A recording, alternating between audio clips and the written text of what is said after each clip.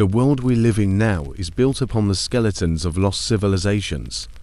Kingdoms that existed once, which exercised unimaginable authority, lie now buried under accretions of dust, sand, and sea.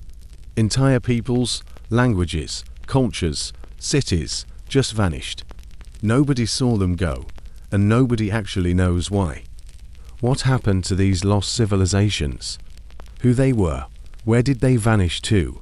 Some were lost to catastrophes, others to war, and some simply disappeared, leaving ruins, symbols, and mysteries that still plague us thousands of years later. Tonight, we journey into the depths of time. These are 10 lost civilizations that disappeared into thin air. History isn't just written in books. It's carved in stone, told in ruins, and buried beneath the ground we walk. All ancient civilizations believed that they were destined to live forever. But there is a cruel habit that history has of proving that nothing lasts forever. For archaeologists and historians, lost civilizations are mysteries with pieces missing. A temple here, a shattered pot there, an enigmatic carving that no one can read in its entirety. And always the same haunting question: what really happened? Unlike modern nations, they didn't have internet, mass communication, and sometimes not even surviving written documentation. So when disaster struck, by fire, flood, famine, war, or something more improbable, their stories died away. But the earth doesn't forget, stone doesn't forget. And tonight, neither will you. Let's begin our journey, on the edge of legend, in the arid plains of present-day Pakistan and northwestern India. There was a great civilization, Indus Valley civilization, much older than Rome, older than Greece, even older than the Great Pyramids in Egypt. Cities like Harappa and Mohenjo-daro were living witnesses to phenomenal human achievement. They were an orderly people. Their cities were built on perfect grids, wide streets, public baths, sophisticated drainage systems beneath the ground, even superior to some modern towns. Archaeologists have found well-designed neighborhoods, uniform bricks, and even evidence of centralized government. But the most ominous part, we can't read their writing. Their words, written on seals, etched onto clay, unread today. No Rosetta Stone, no key, only silent symbols staring back across the years. Unlike others of the ancient world, the people of the Indus Valley did not obsess about kings, great temples, or territorial expansion. Their buildings indicate a society based on community and equality, something rare in its time. And, around 1900 BCE, they vanished. No great conflict, no burned cities, only silence. Some credit climate change as the reason for their demise, a great drought that dried up the Saraswati River, which was their lifeline. Others point to tectonic shifts, floods, or foreign armies, but there is no definitive answer. Imagine this: a very advanced civilization, with mature city design, a unique language, a culture of peace, disappearing like smoke in the wind. The streets of Mohenjo-daro remain, their wells remain, but their voices gone forever. The Indus Valley civilization is not a lost civilization.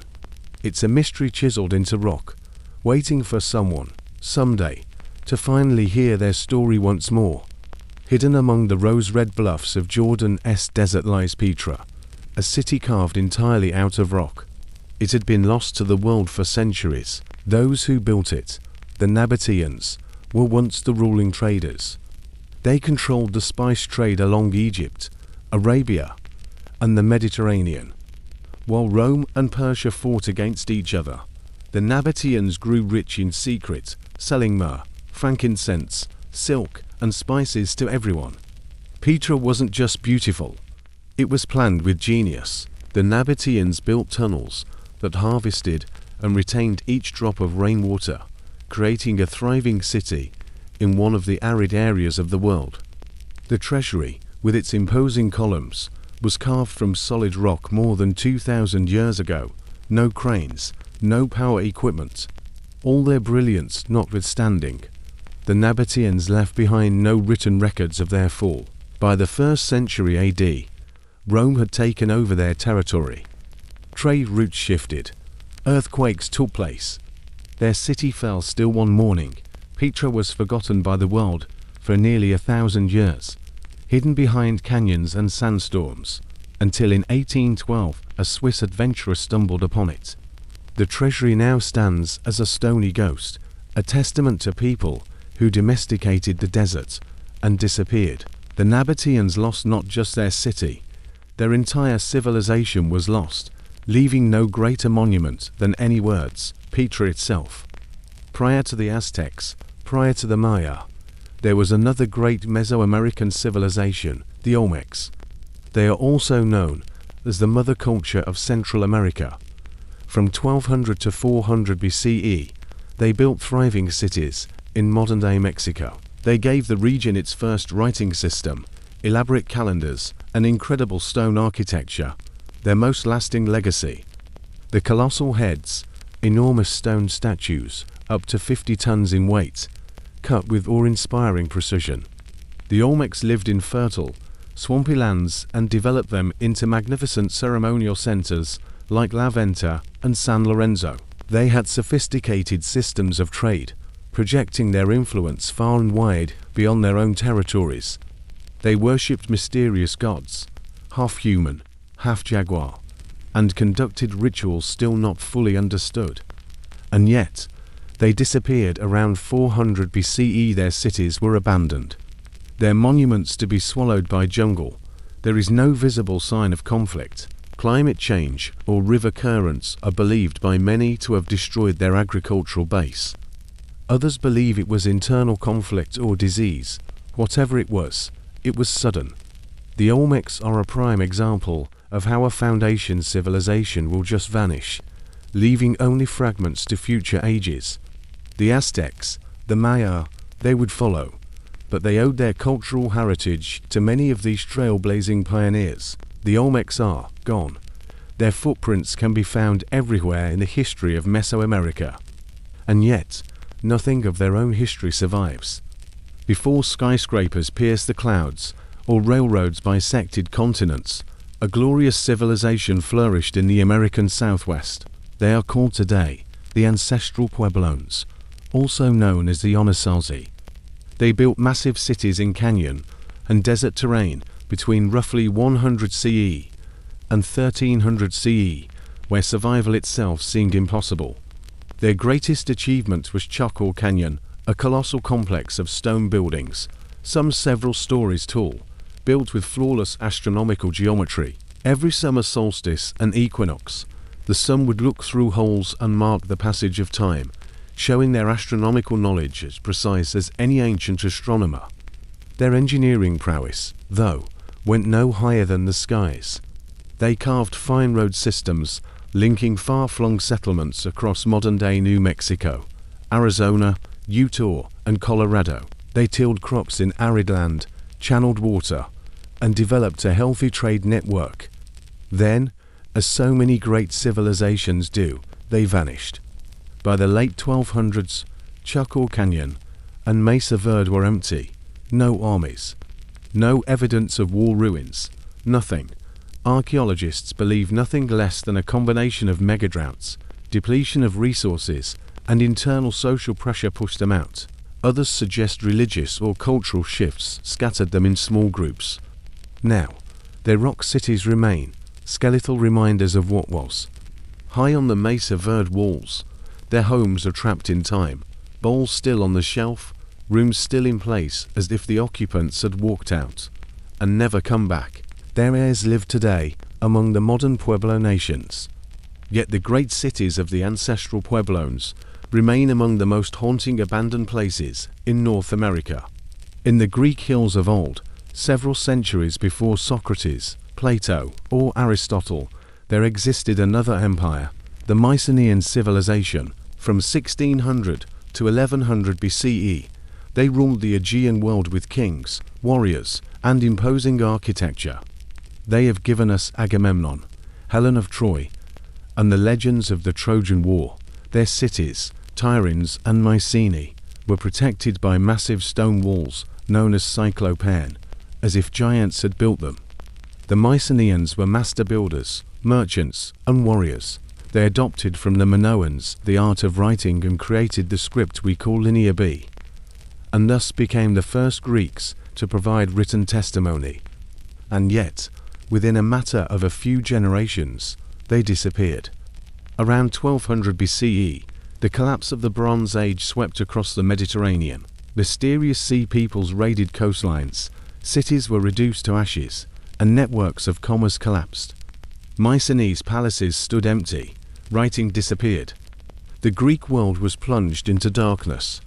Historians today still debate what led to their fall: invasion, civil war, natural disaster, or some combination of all three. What we do know for certain is this: the people who inspired Homer's legends left behind vacated citadels and broken records.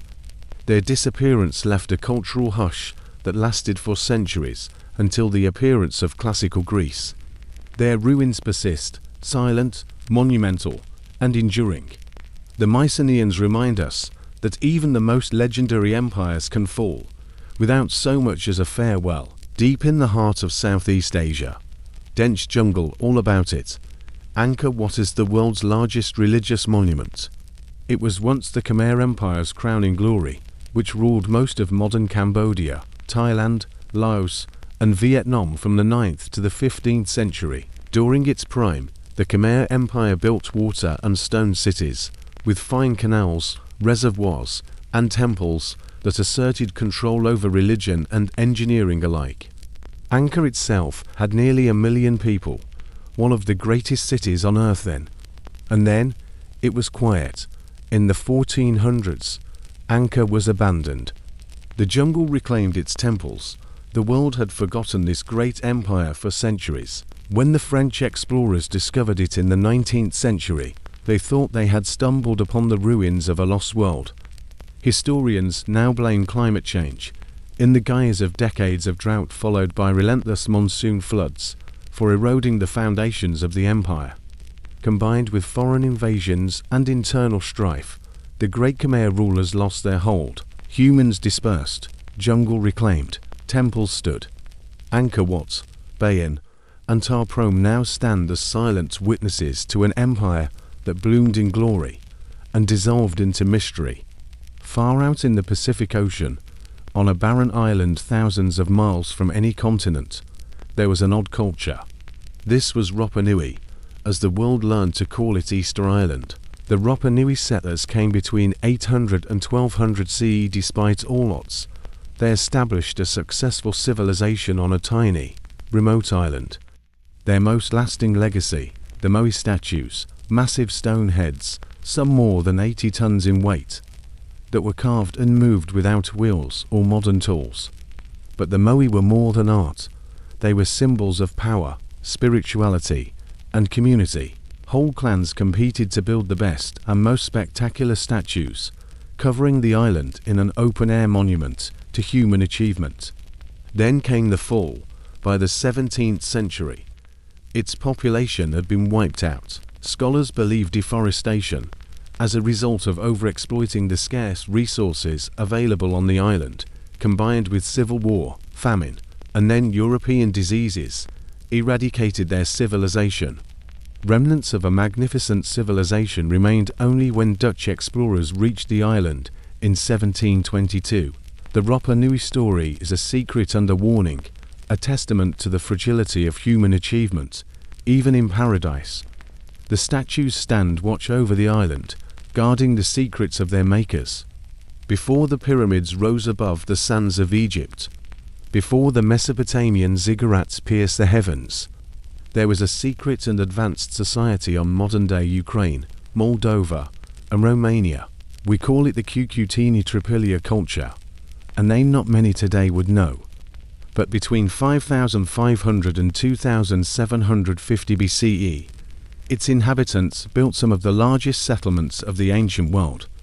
Whereas other societies lived in small villages, the Tripilians lived in organized mega-settlements with thousands, sometimes tens of thousands, of inhabitants. Imagine this: a city of vast, concentric neighborhoods, planned streets, ceramics factories, granaries, and communal gathering halls. No palaces, no kings, no massive armies. But they built cities older than Sumer and Egypt. Their ceramics were stunning, dancing red and white patterns that are almost modern looking. Their sculptures, typically of women, indicate a religious society filled with fertility and the cycles of nature.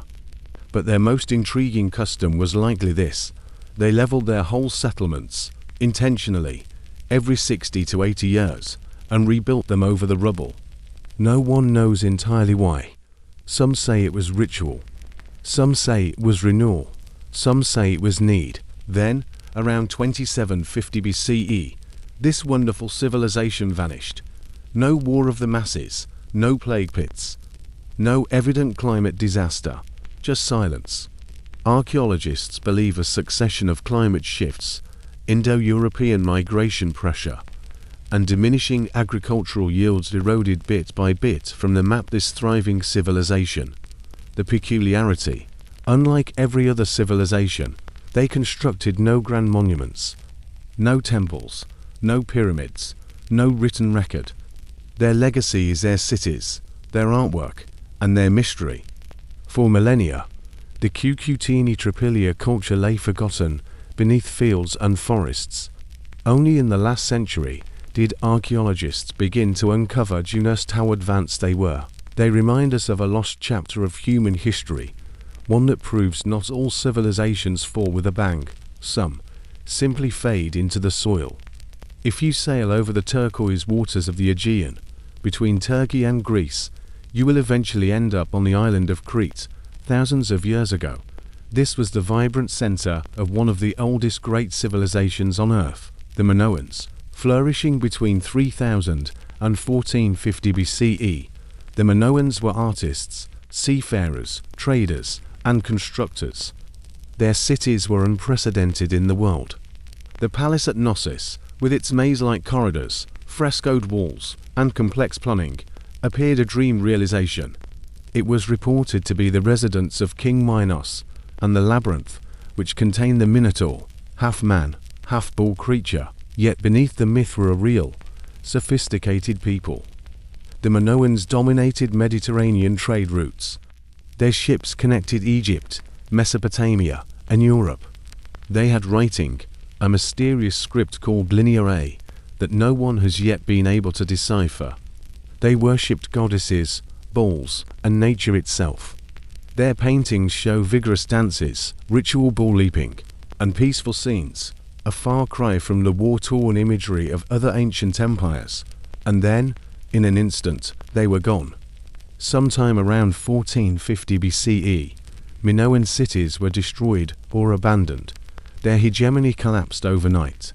One of the most solid theories centers on the volcanic eruption at Theros Santorini, one of the biggest volcanic eruptions in recorded history. The explosion created tsunamis that slammed into Crete, covered fields in ash, and disrupted their economy. Weakened and vulnerable, the Minoans might have been swept aside by Mycenaeans from the Greek mainland. Another account attributes their collapse as a gradual one because of disruptions to trade, religious instability, or even internal political shifts. Whatever the reason, the Minoans were gone by the end of the Bronze Age, with nothing but ruins, myths, and an unreadable script that still eludes historians. Now, tourists walk through Knossos Palace, filled with colorful frescoes and quiet corridors. But in their days, here was a sailor's world, storyteller's world, world of inventors, a world lost, leaving behind a myth that echoes over millennia. The Indus Valley, Nabateans, Olmecs, ancestral Pueblones, Mycenaeans, Khmer, Rapa Nui, Cucutini Tripilia, Minoans, 10 civilizations, 10 worlds, 10 entire chapters of man's history that rose with power, glory, and promise, and disappeared without a clear reason why. Some fell victim to war, some to drought, some to disaster, some simply dissolved, like mist carried on the air. But here's the truth: no civilization ever truly disappears. The stones remain, the myths persist. The questions echo through the ages. Every ruin we see is a mirror. When we walk the empty corridors of Angkor Wat, when we look at the moai on Easter Island, when we touch the stones of Knossos or a dried-up riverbed of the Indus Valley, we're not just looking into the past, we're looking into our own mirror. Every great empire believed it was indestructible. But history shows us that nothing is immune to time. Not kings, not cities, not worlds, and perhaps that is why these lost civilizations are so powerful. They remind us of what can be built, and how easily it can be lost. But in their loss is magic, because long after they have died off, we still find ourselves searching for them. We dig, we discover, we dream, and we tell their tales over again, not to mourn their dying, but to remember them. Maybe that is the reason man builds in the first place, in order not to be forgotten.